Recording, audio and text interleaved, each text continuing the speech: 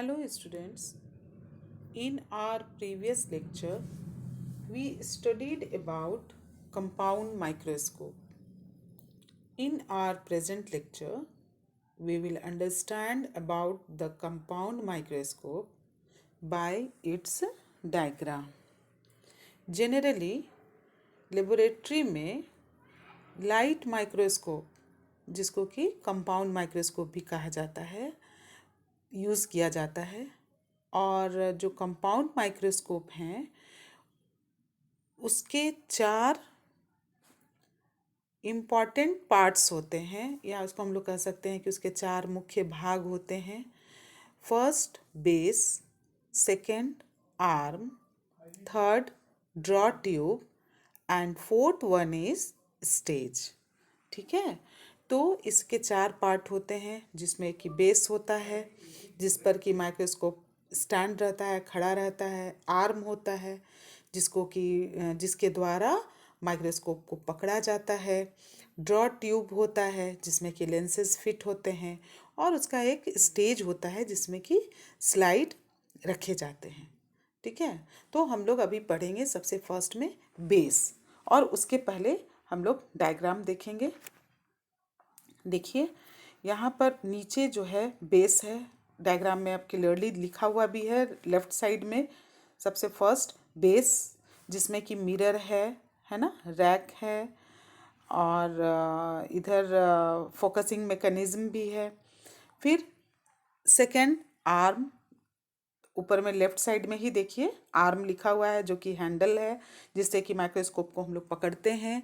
Third है base tube जिसमें कि यहाँ पर बॉडी ट्यूब भी उसको कहते हैं जिसमें लेंस रहते हैं, है ना, और रिवॉल्विंग नोज पीस भी होता है। ठीक है, तो सबसे पहले अब पढ़ेंगे हम लोग और and fourth one is stage.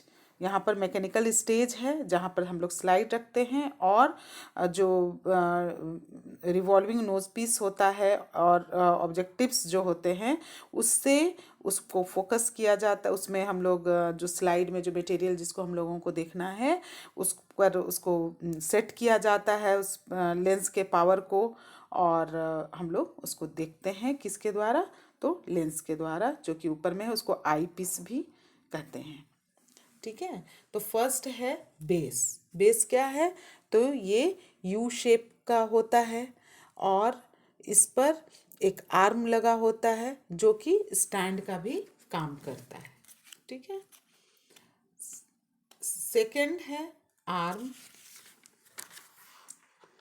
Arm stand के बीच का जो हिस्सा होता है उसको आर्म कहते हैं। देखिए यहाँ पर क्लियर दिख रहा है। और आर्म को ही जो बॉडी ट्यूब और जो ड्रॉ ट्यूब है, ठीक है, अभी हम आपको बताए थे कि बॉडी ट्यूब जिसमें कि ऑब्जेक्टिव्स फिट होते हैं, रिवॉल्विंग नोज पीस होते हैं और उस ऊपर में लेंस भी उसके द्वारा फिट होता है। फिर आर्म के ऊपरी हिस्से पर 2 तरह के पेंच होते हैं या स्क्रू हम लोग उसको कहते हैं कि स्क्रू होते हैं जिसको कि course adjustment and fine adjustment कहते हैं। और इसके द्वारा जिस चीज़ के बारे में हम लोगों को स्टडी करना है उसको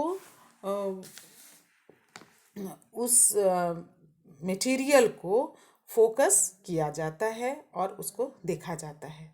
ठीक है, फिर है ड्रॉ ट्यूब या बॉडी ट्यूब भी कहते हैं। यह एक सिलेंड्रिकल स्ट्रक्चर होता है, बॉडी ट्यूब होती है और इसके ऊपर आई पीस होते हैं और नीचे में ऑब्जेक्टिव्स होता है और दोनों में आई पीस में और ऑब्जेक्टिव में बाई कॉन्वेक्स लेंस लगा होता है और जिससे जो आई पीस हैं उससे हम लोग एक आँख से देखते हैं के पास में रखते हैं और जो हम लोगों को जो देखना है स्लाइड में वो हम लोग किसको देखते हैं इसमें कंपाउंड माइक्रोस्कोप में हम लोग देखते हैं यूनिसेलुलर ऑर्गेनिज्म हो या माइक्रो ऑर्गेनिज्म हो या माइक्रो पार्ट्स होते हैं, सेल होते हैं, उसके स्ट्रक्चर को हम लोग देखते हैं। तो उसको जो ये क्या करता है, उसको आकार बड़ा कर देता है और जिसके कारण हम लोग उसे देख पाते हैं। ठीक है। और जो ऑब्जेक्टिव होता है उसमें लेंस जो होते हैं वो दो तरह के होते हैं, low power and high power. Low power जो होता है उससे हम लोगों को लो पावर हाई पावर ये दोनों से हम लोग बैलेंस करके जो मटेरियल है उसको हम लोग देखते हैं। और जो आई पीस है वो 5x होता है, 10x होता है या 15x का उसको यूज़ किया जाता है।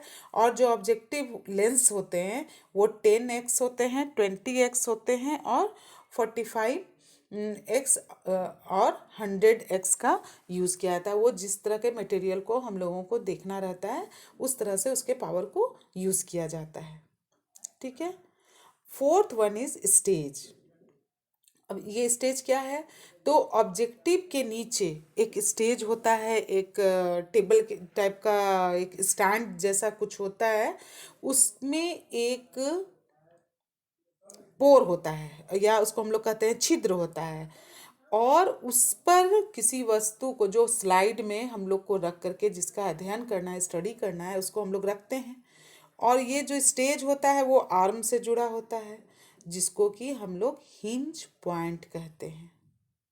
ध्यान रखना है कि इसमें अगर कहीं आ गया कि हिंज पॉइंट, माइक्रोस्कोप का हिंज पॉइंट क्या होता है, तो माइक्रोस्कोप में हिंज पॉइंट जो होता है वो स्टेज और आर्म जहाँ पर जुड़ा रहता है उसको हिंज पॉइंट कहते हैं। और जो स्टेज में जहाँ हमने बताया कि एक छेद होता है उसके नीचे एक मूवेबल मिरर लगा रहता है। और जिस पर जब लाइट पड़ता है, वो सनलाइट हो या ट्यूबलाइट, लाइट उसमें पड़ना ज़रूरी है, जिसके कारण वो रिफ्लेक्ट होता है।